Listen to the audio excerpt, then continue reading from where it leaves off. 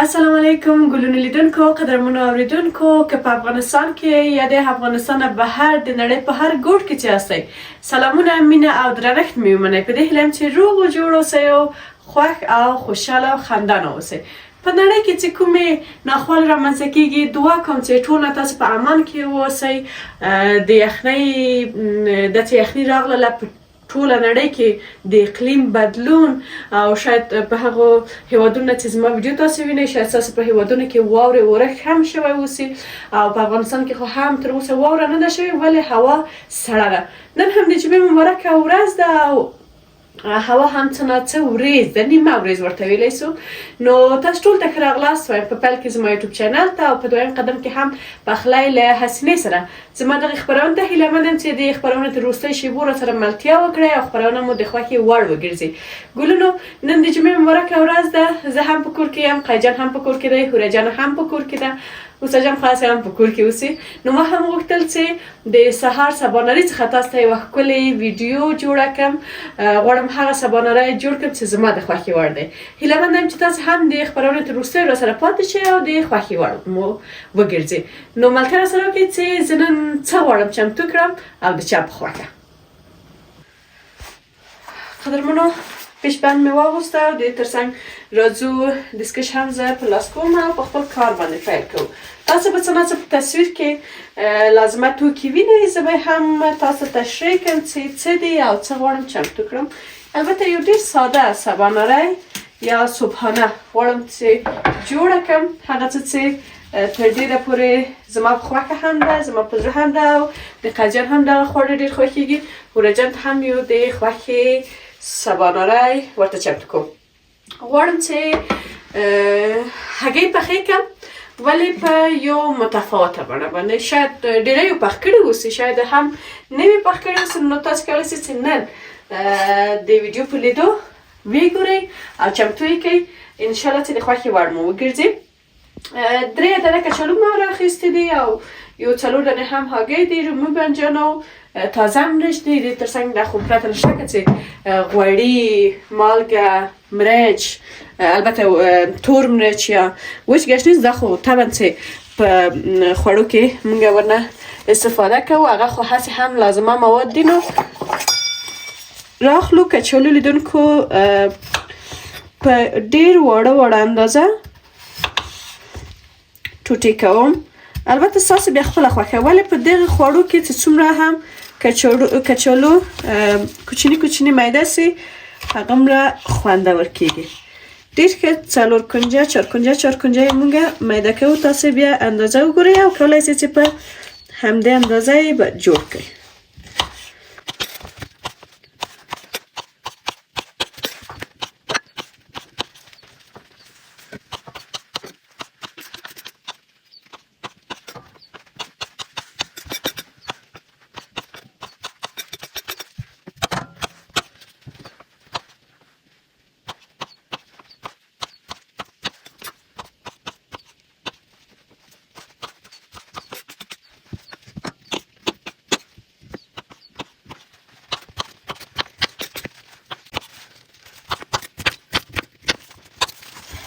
همدې اندازه باندې خپل کچالو ټول ټوټې ټوټې کوم. چپس غوندې و دا بیخي میده او اول به خپل ټول لازمه مواد چمتو کړم. دا کچالو او کشو او د ترڅنګ لیدونکو دلته په تخم پزي کې مې غوړي هم ایښي دي. په دې پسې ګاز لګوم چې ورو ورو نو ګرم سي.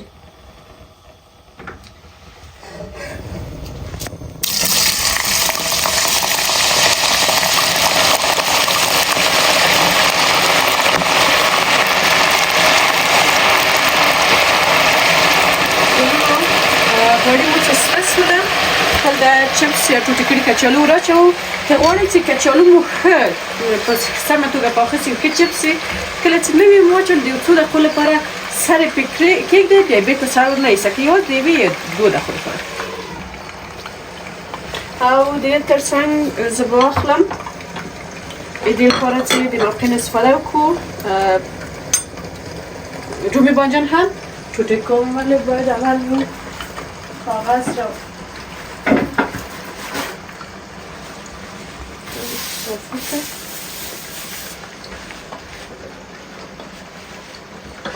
کلونو له موقع څخه په استفاده تر هغو چې کچالو مو پخیږي زه به اخلم رومي بانجان به تراشه کړم. ستاسو خوښه کولی شئ چې همداسې هم ټوټې کړئ او بیا لعاب ورنه جوړ کړئ او کولی شئ چې تراشک هم کړئ. ولې تراشک زما په نظر کتوب یې په دې ډېر دی چې ډېر ښه کولی شو چې مثلا رومي بانجان مو ښه لعاب شي او هېڅ پوستکی یا سخت پاتې نشي.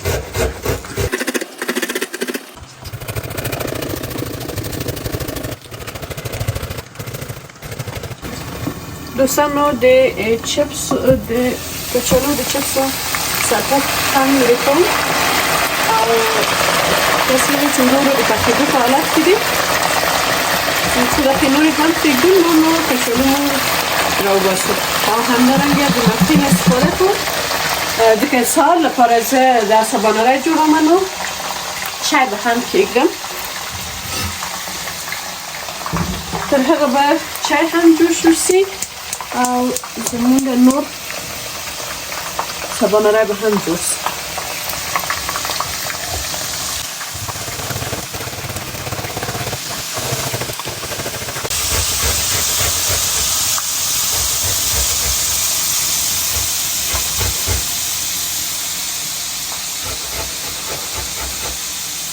کله چې په پخلنځي ته را دننه شوئ من حیث دې چې پخلی وکړئ بیا نو فکر مو باید هرې خواته وشي یعنی که په یو څو دیګي پخوئ یو څو خوراکونه پخوئ ټول ته باید فکر وشئ.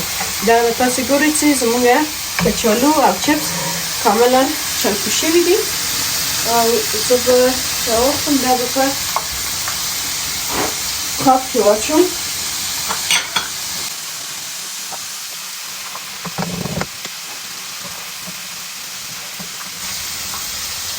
ګاز به هم پسې ګل کړو د دې لپاره چې نور نو بیخي په پاخ شوي دي.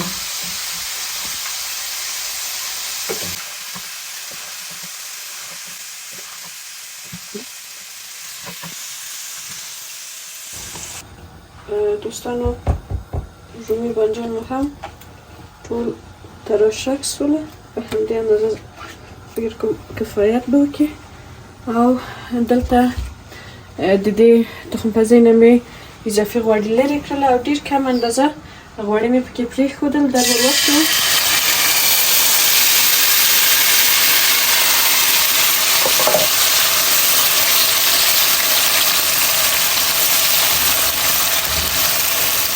په ډېره کم اندازه مالګه ور اچوم د دې لپاره چې د هګۍ پر سر هم بیا مونږ مالګه اچوو نو د رومي بانجان لپاره به ډېر کم مالګه اچوو چې ډېره نشي او د مالګه اچول څه ښه توب لري رومي بانجان سره چې زر یې نرموي او کولی شي چې زر پاخه شي.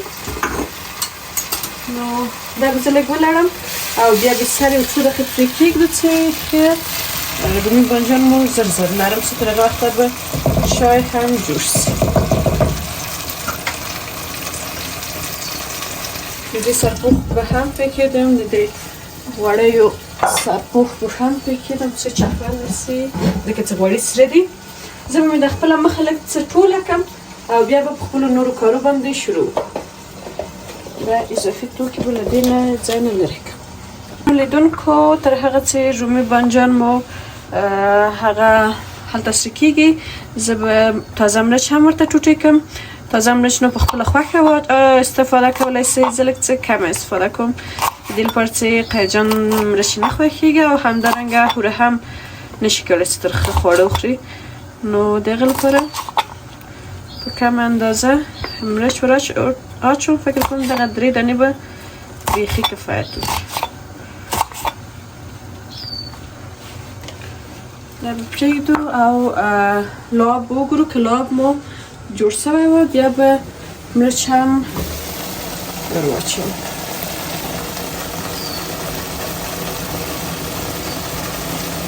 دا هم نږدې دی زما په نظر رومي بانجان ښه نرم شوي دي که چیرې بیا هم نه نرم شوي تاسو کولی شئ چې داسې د قاشق پرشای ښه په دې رقم کړئ تر څو زر نرم شي. ښه چې دا په غوړیو راغلل یا په عامه اصطلاح چې موږ تاسو وایي چې سر روغن راغلل بیا به نو مرچ ور واچوو.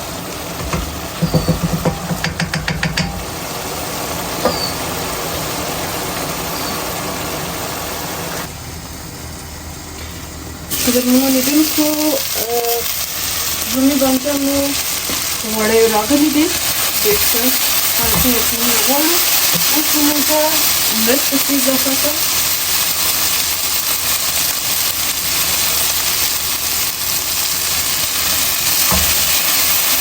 لږ څه ورسره حرارت ورکوو او دې تر څنګ دغه کوم کچالو مو چې چپس کړله دا هم ور اچوو.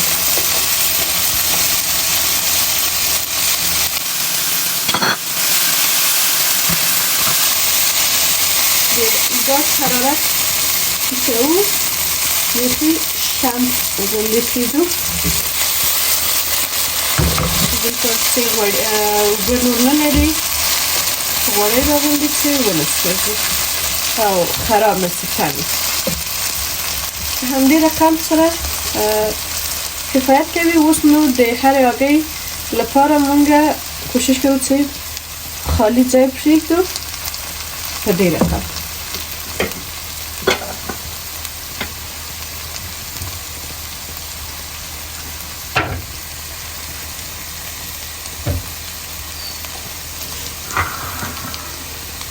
اوس اخلم هګۍ ور اچوم په همدې خالي ځایونو کې.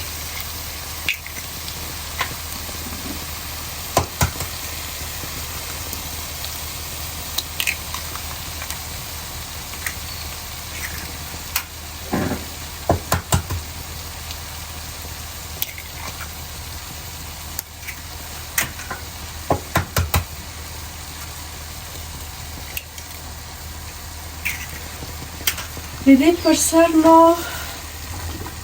په کمه اندازه مالګه اچوم. مثل پرې دوړوي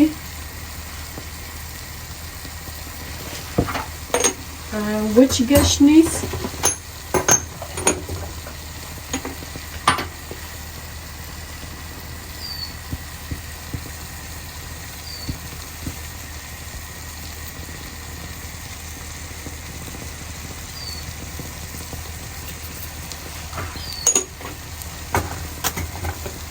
که چیرې خوښېدل مو لږ څه تازه البته وچ مرچ مساله دار مرچ هغه هم پرې اچوم.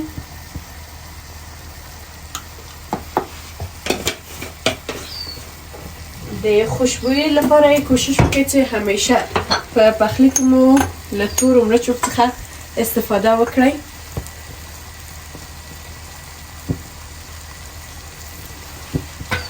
اوس نو اخلو د تخم پزي سرپوښ پرېږدو چې دم شي.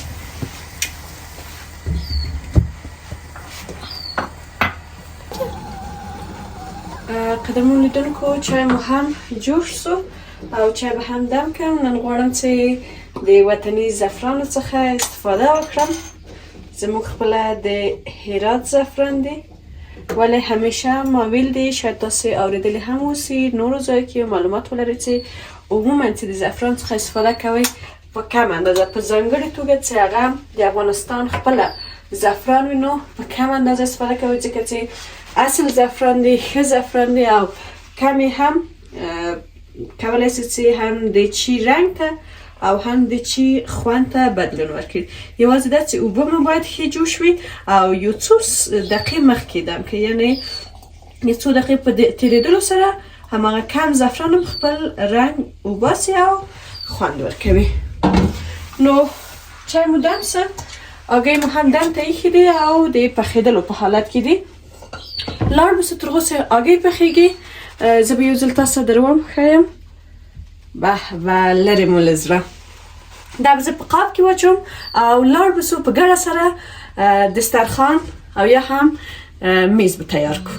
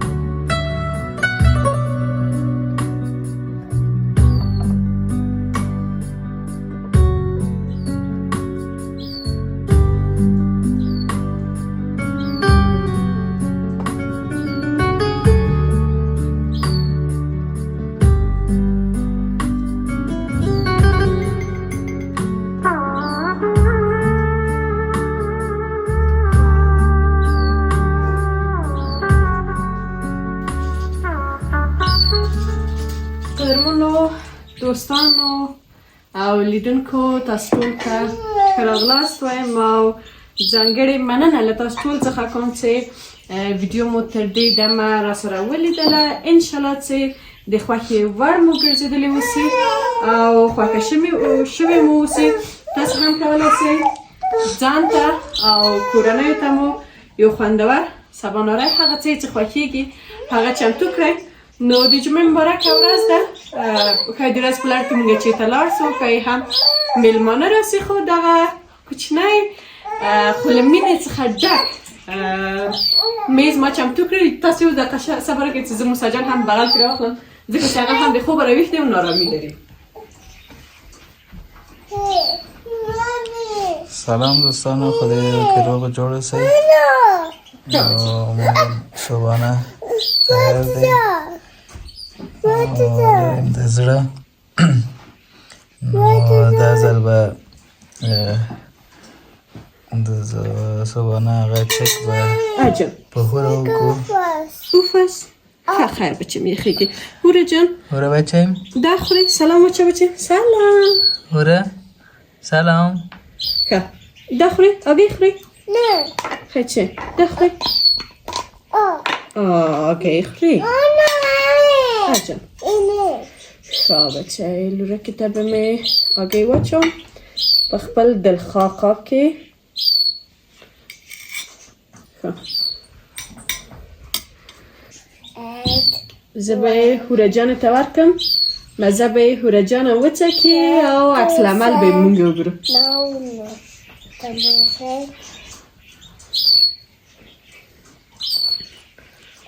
هوره جان مزه کوي؟ یمی هوره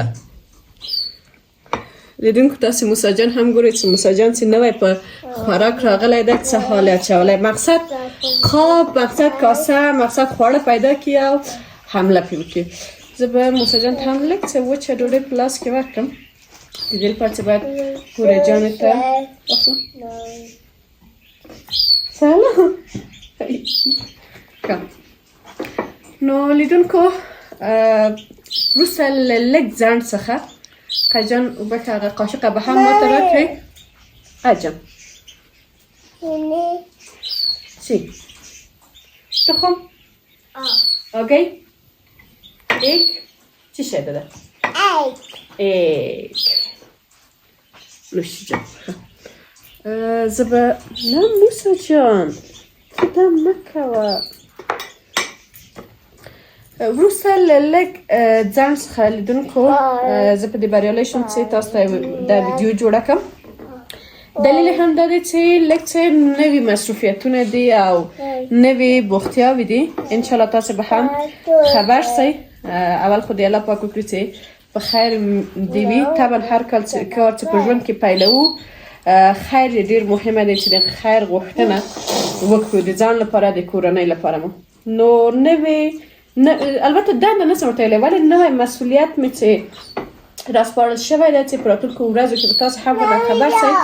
اجان زه به تا ته ډوډۍ درکړم هوره جانې ته خپله وخوره.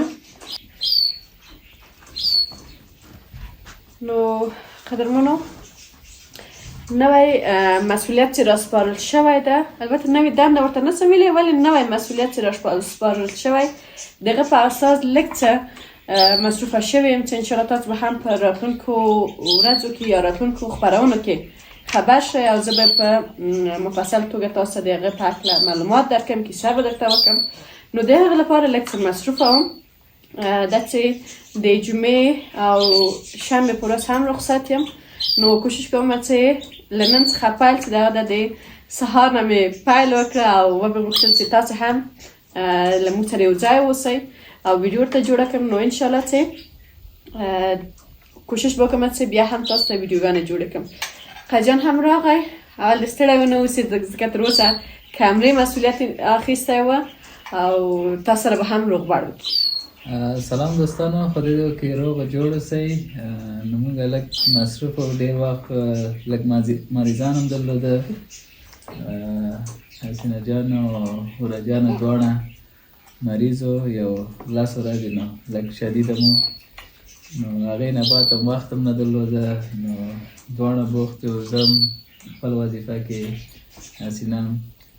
نو اوس هم وخت پیدا کړ چې تاسو سره تاسو ته بیا یو ویډیو جوړ کړو او تاسو دا زموږ د ویډیو اخره پورې وګورئ او ټول د سبانه چې مې تیار کړی و هغه ټول مواد لازمه هر څه پکې و. نو خو دې کې تاسو هم صحتمند اوسئ او د هغه موسم تغییر شوی دی او مریضي زیات شوی دی، احتیاط ورسره کوئ او چې خوراک زیات کوئ لکه مقامات وجود هم پورته وي. نو خدای ټول په امن کې وساتي او د ناروغۍ له هغې نه.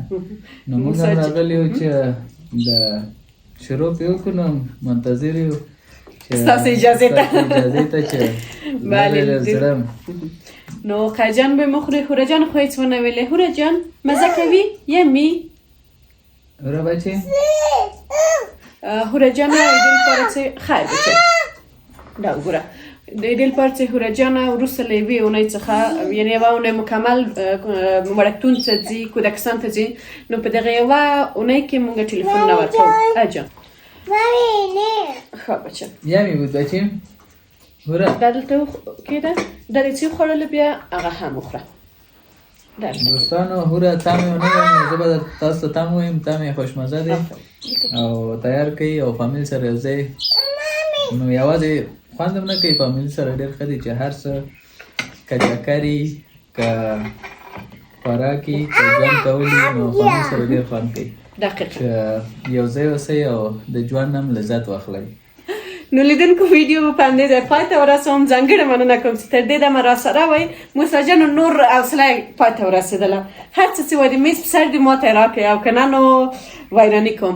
ډېره زیاته مننه کوم چې ویډیو مو راسره ولیدله. د هوره جانې په هکله ووایم چې په ټلیفون کې مصروفه ده، د دې لپاره چې د اونۍ په لړ کې چې وړکتون ته ځي بیا نو مکمله اونۍ مونږ ټلیفون نه ورکوو.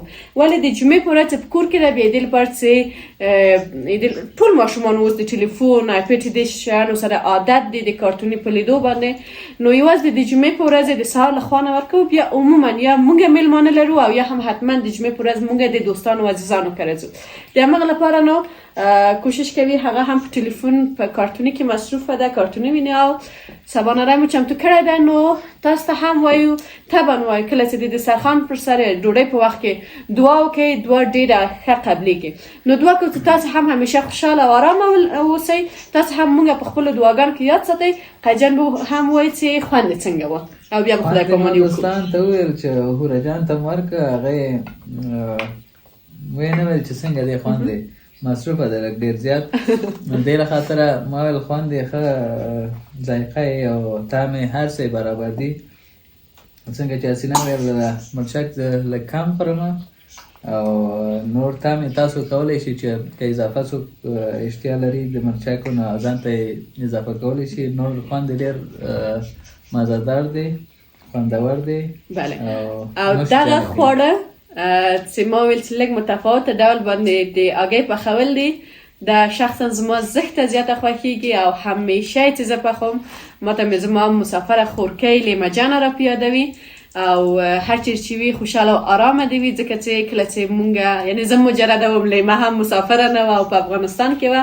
همیشه به هم کوشش کوه چې یوازې سهار سباناري کې نه، د ورځې په لړ کې به هم چې هر وخت اشتیا راغله بیا به هم دغه خواړه چمتو کول. نو د همغه لپاره هم زه ډېره زیاته علاقه ورسره لرم د دې خوړو سره، ځکه چې د هغې په یاد هم نوشیجان کوم.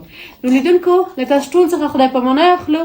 ځانګړې مننه چې ویډیو مو راسره ولیدله. خوشحاله او ارامه اوسئ. که چیرې ویډیو مو د خوښې وړ ګرځېدلی اوسي نو حتما د خپلو دوستانو او عزیزانو سره هم شریکه کړئ تر څو هغوی هم راسي او زما د یوټیوب چینل څخه لیدنه وکړي.